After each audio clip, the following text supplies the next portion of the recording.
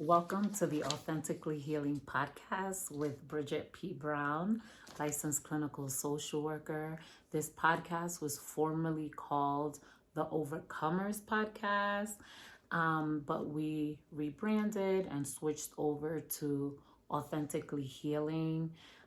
We evolved into this space, and I wanted just to let you all know that if you were still interested in any of the videos or any of the podcast materials from the Overcomers podcast, you can still access that and go back to episode 1 all the way up until our new episodes under Authentically Healing.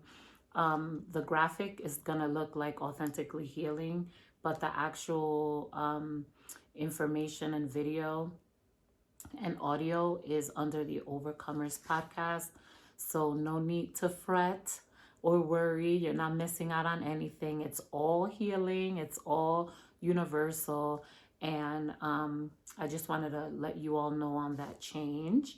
I'm still away in Colorado Springs, enjoying my soul journey, solo adventure, having some really, really deep connection and just reconnecting.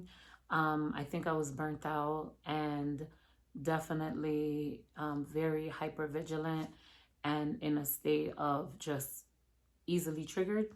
So I did need to go and reset and disconnect. And as I'm here, I'm just getting a whole bunch of downloads, and I'm taking this opportunity to also document for you what this healing for me is all about and how's it going.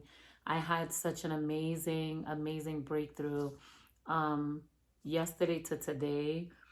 And today I was able to physically write accusation, fear, rejection, and validation on 4 huge rocks, and what those rocks or those names represented for me. And I went and wrote it out yesterday during my alone time, and then went over the back to that creek and threw it overboard or from the bridge that I was on, and it was amazing. It was such a release. It was like a physical manifestation of the transformation that's happening for me here. I just really came with this heaviness of accusations and concern about people's opinions, and very terrified with fear. I mean, honestly, somatic, feeling it all over my body, feeling that activation. What was the other one? Validation. Needing validation all the time, even though my intuition was saying, follow it, do what you have to do. I felt the prompting, but still always needing that external validation. And that was thrown over the bridge. So it was validation, accusations, people's opinions, fear, and rejection, right? Rejection was big. So anytime I felt rejection or emotionally disconnected, I would just go ahead and like take that in and personalize it. But today I wanted to talk about identity and what that means for you. I'm not going to say for us, I'm saying for you. And I know that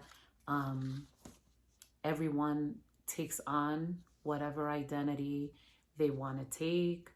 And I want to personalize what that means for me, and what's happening for me through this transformation. And how do you define it, right? And what I learned, even just yesterday, the word dichotomy came up, and I'm not really familiar with like what that word was, to the point that I needed to look it up in a dictionary. So, dichotomy, I wrote out the definition, is a division or contrast between two things that are um, that are or are represented as being two opposed or extremely different things. So a dichotomy is a division or a contrast between two things that are or are represented as being opposed or entirely different. So I'm like, well, why dichotomy, right? Well, I came here feeling a bit confused because that's exactly how I was visioning myself, as two different versions of myself. I was struggling with the person that I was and the things that I've done, um, and things that I knew about, things that I didn't, versus the person that I am and trying to become. And I just really was having a hard, I saw myself like this. I was really having a hard time consolidating and coming together, because I was finding that a lot of my newer perceptions and versions of my identity was clashing with the versions of the identity that I used to have and that I used to be. And I just quite didn't know how to compartmentalize this so that I can feel whole.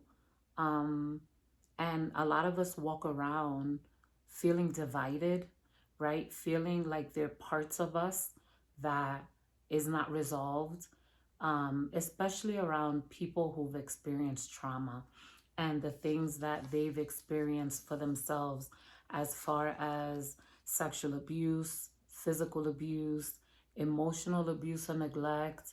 And even these are all things that may have happened without your control, right? So you took on this perspective of who you think you're supposed to be, or that you were, because it was imposed on you or forced on you.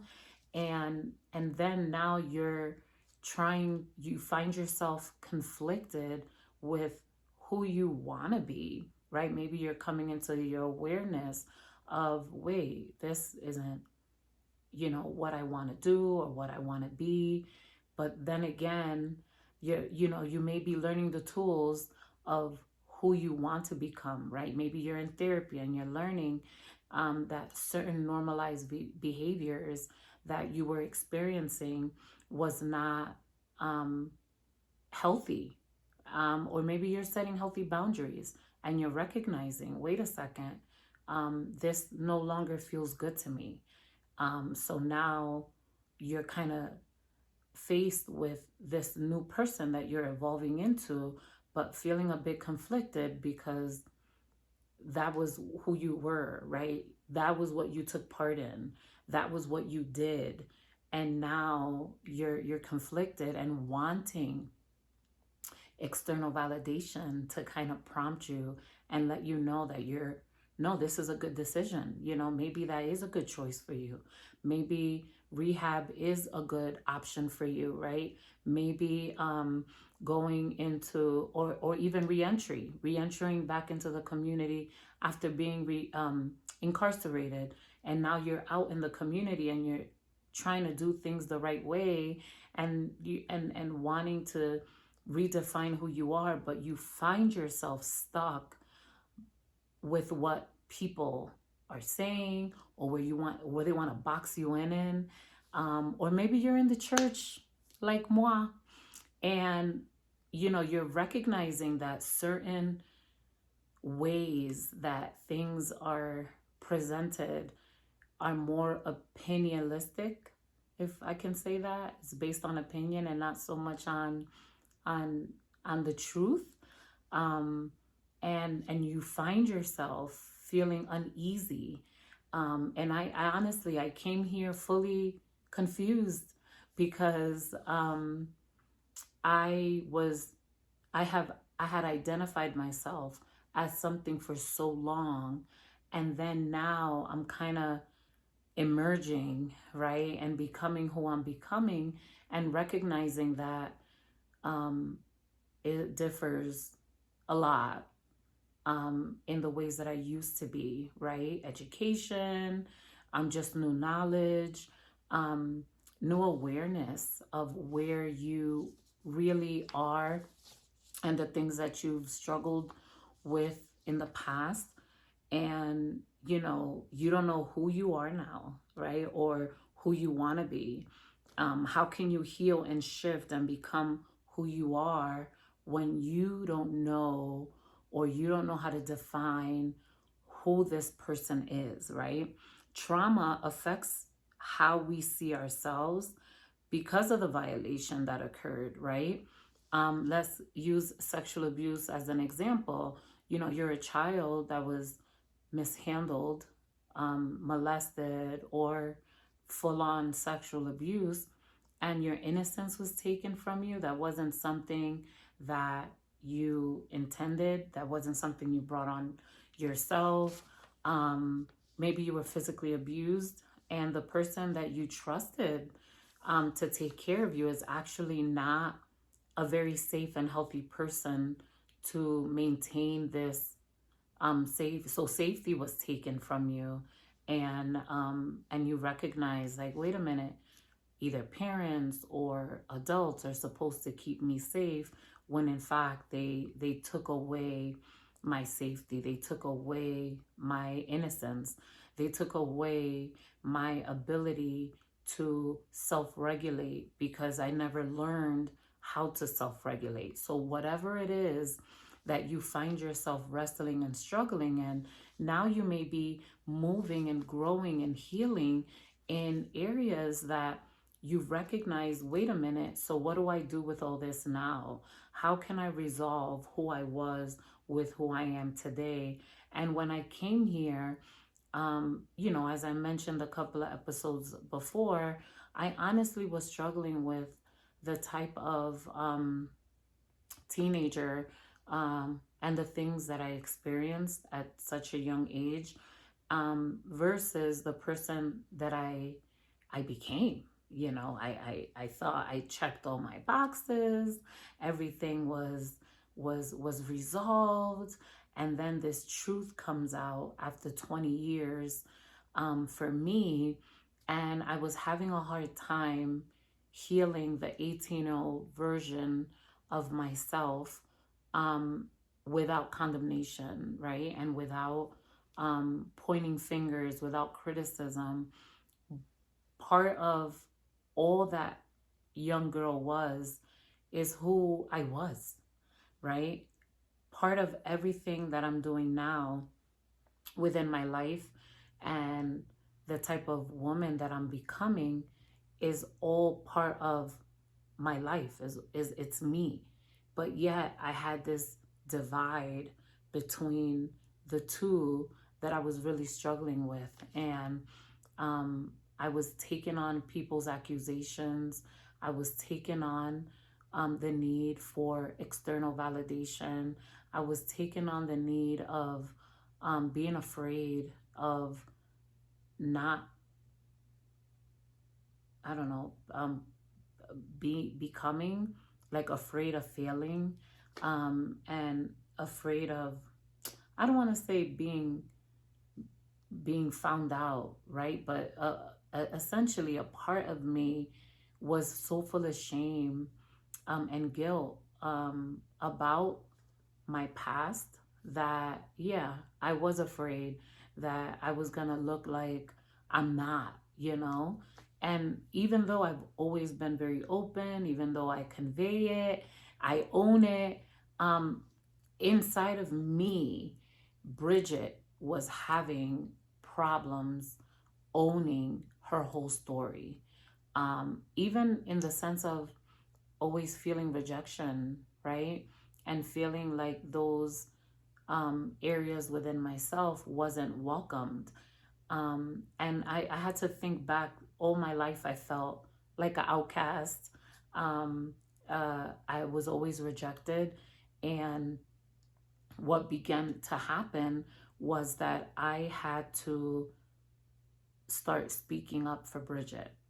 And the whole point of this healing journey, and just like learning who I am today and what my identity is to validate, um so myself, validate that younger version of myself, validate and show up for me regardless of what accusations or opinions come.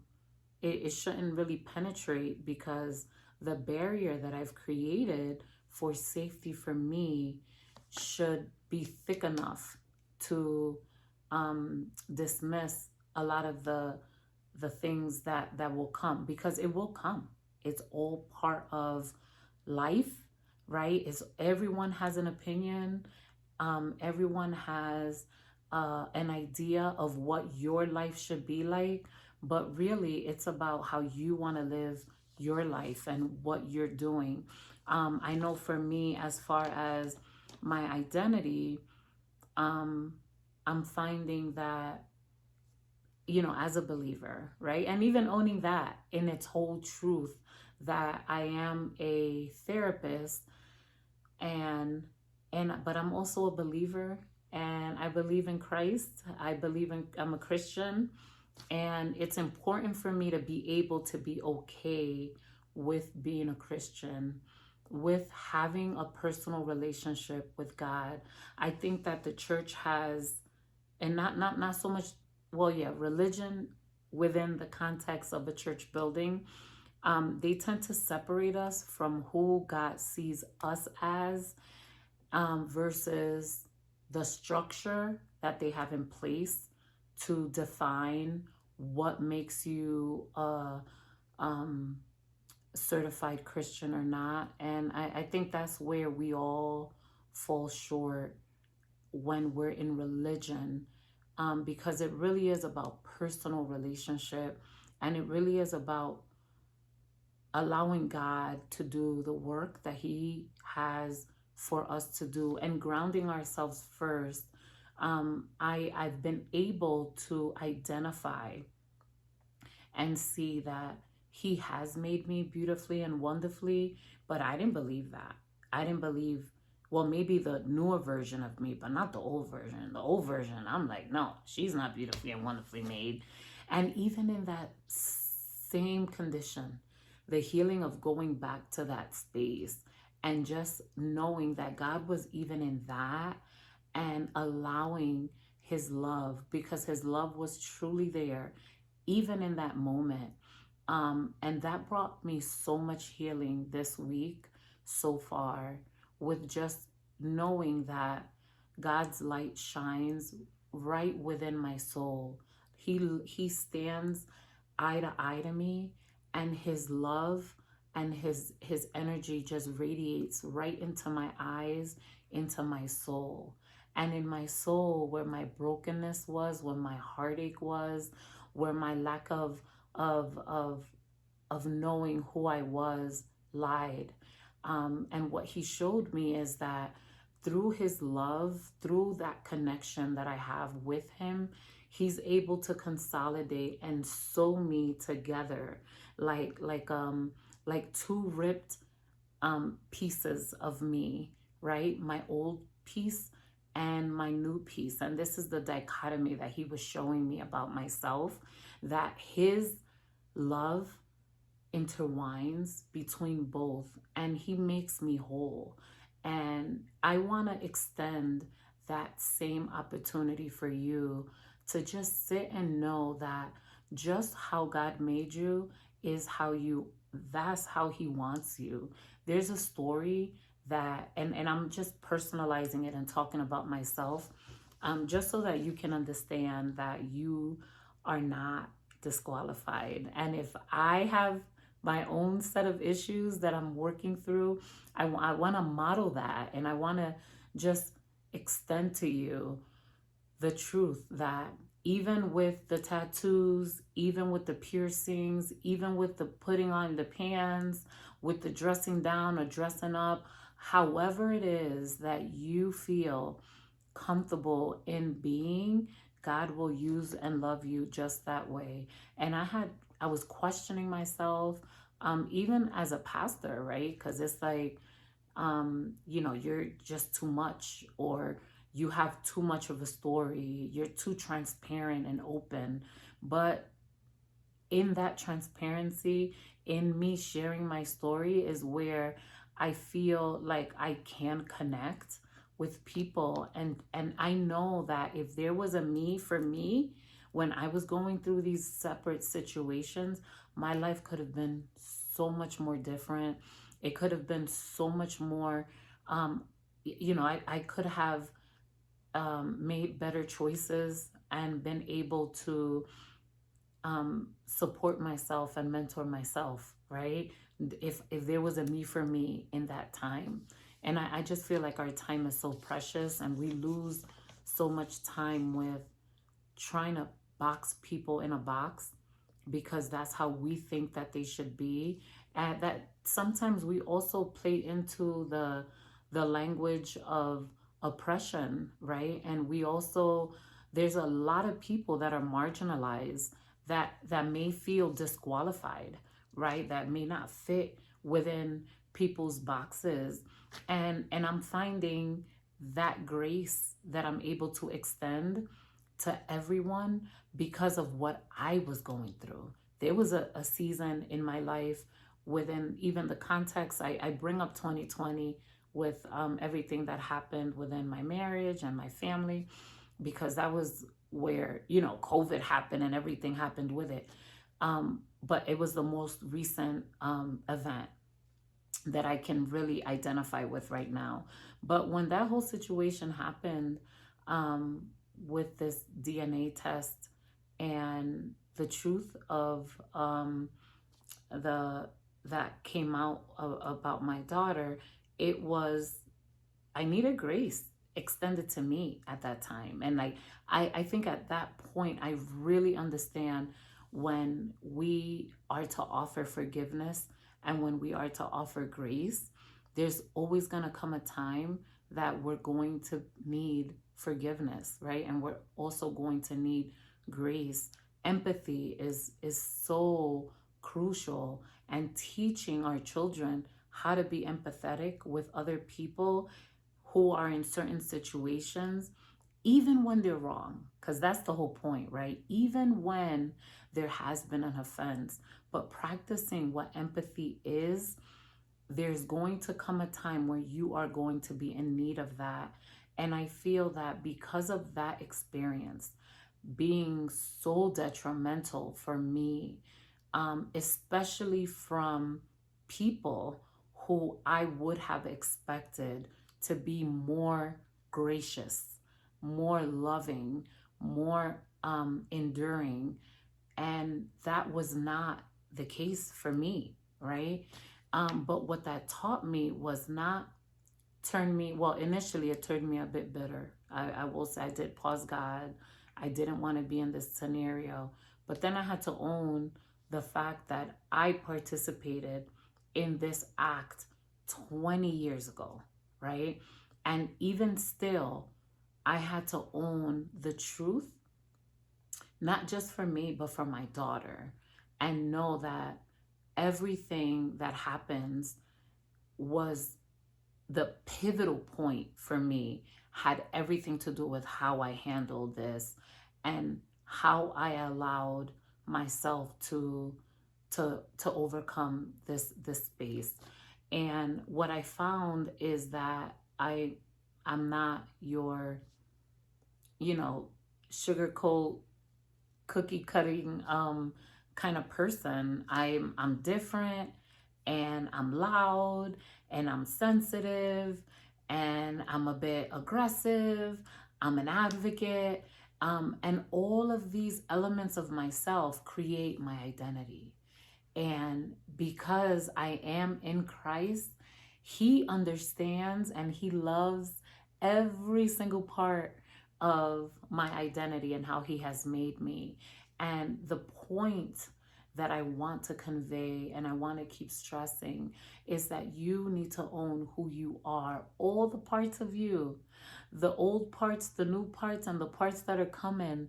Is all of this is healing, and all of this is beautiful, and all of this is you. All of this defines who you are, and your story is going to reach people that are not reachable right now, that are so distant, that are so disconnected and isolated and marginalized, that however it is that you can convey empathy, that you can extend grace and forgiveness, where you can just identify with their experiences. And it may not be in the same capacity, right? I may not identify with someone who went to jail because I never went to jail. But I know what it is to be confined within myself. I know what it is to be confined to people's opinions. I know what it is to be confined to trauma. You understand? But even still, I can relate to someone who's been incarcerated, and I can extend opportunity and grace and second chances for them to get on their feet. So we do a disservice by trying to categorize what is right and what is wrong. A liar and someone who cheats is the same. Okay? It is no different. And when we can understand that a little white lie and sexual abuse is on the same category, and it still extends the same amount of healing, we need to provide that. And you're the vessel that God is going to use to do that, as He's doing for me as well. And it's important for us to get to that point of just owning all of our stories and knowing that there is no mistakes in anything that has been done, anything that has been done to you, or that has been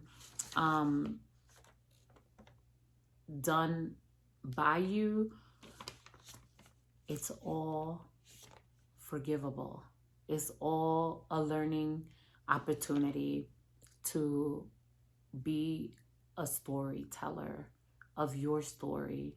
And I'm so grateful for this quiet time of being able to really just love on me and offer forgiveness to me, and offer validation. Like, I hear you, Bridget.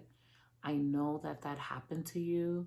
And like, I was big on, like, I was just a kid. I didn't even know that this was wrong, or I didn't know that,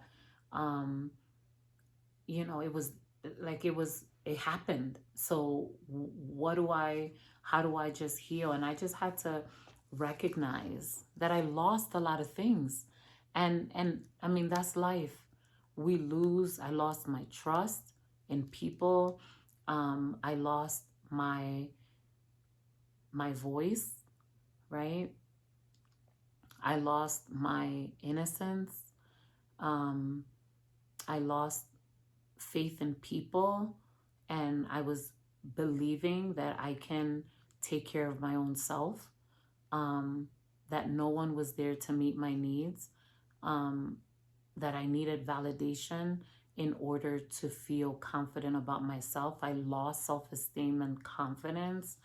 And because of the losses, I took on this false belief system that was creating the reality that I was living in. And I was essentially re-victimizing myself because I felt like I needed to either self-sabotage or be punished for something that was done to me or that I did. And really, it happened.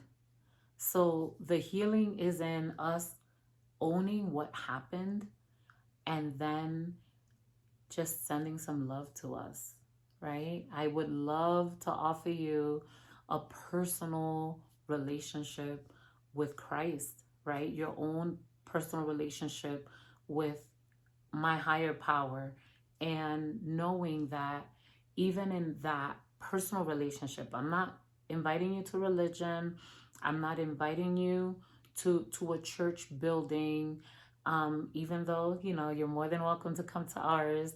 But right now, where we all are, I think what's important is not getting caught up in theatrics and protocol and expectations. I think I know that the foundation has to be built in your own personal relationship with your higher power, because when you can ground yourself in who God says that you are, that weave that is coming together in that active connection is God's presence, is God's glory, right? It's his beams looking at you right into your soul and providing you all the healing that you desire. And therapy is great so that it can support the process, right? And sometimes there's been some things that have been extremely detrimental to our mental health, but God is even in that. And there have been 43 years old, years and years of caked up trauma that I'm finally feeling the release. I'm finally holding my head up high and owning all the parts of me, because that in itself is the identity that God has given me so that I can go out and be able to reach people like you and anyone else that I come in contact with at the grocery store, at the mall, you know, in the car, waving by, everywhere. God is, and He works through people. And I just want you to know that you are a vessel and an extension of that.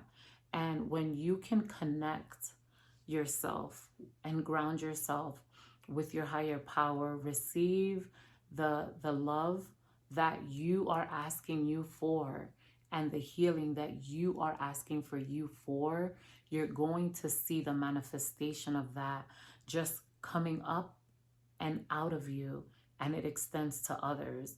In the Bible, it says that He fills our cup until it overflows, right? That overflow is what He desires for you to give after you've already filled yourself up with your personal connection.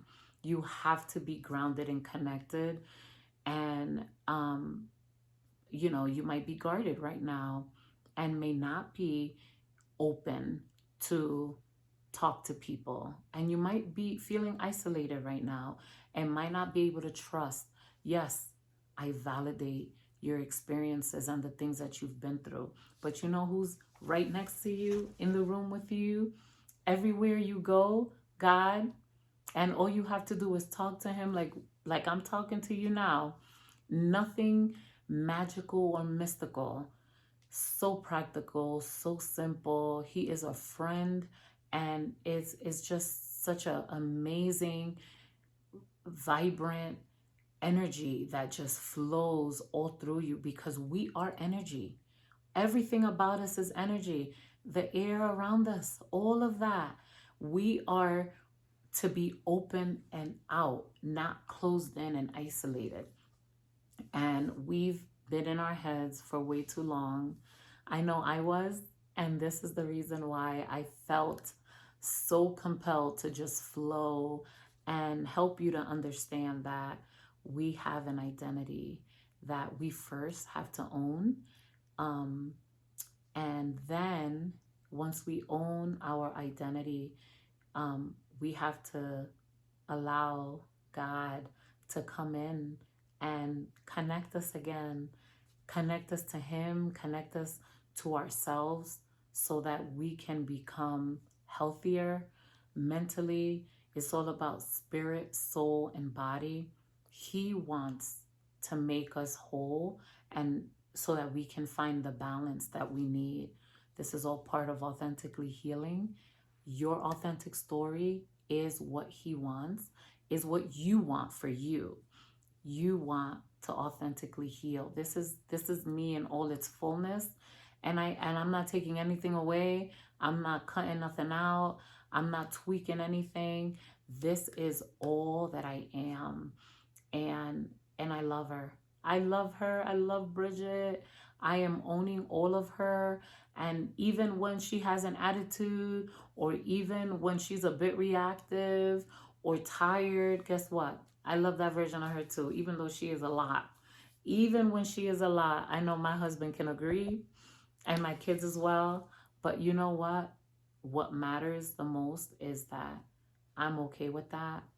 And I want you to be okay with you too. This has definitely been an amazing, amazing topic. I'm so glad to have been able to offer you my personal experience and help to navigate you into what your personal experience is going to look like for you. Um, Really, let's not be so judgmental and critical of people and their experiences and their life journey, because we don't have a heaven or hell to put anyone in. But most importantly, we are all human. We are all one. We are all living a human experience. And if you didn't experience the same experience as someone else right now, just you wait. There's going to come a time when you're going to be faced with that same challenge. And then at that point, you're going to want that grace. You're going to want that forgiveness. You're going to want that extension um, out of that pit.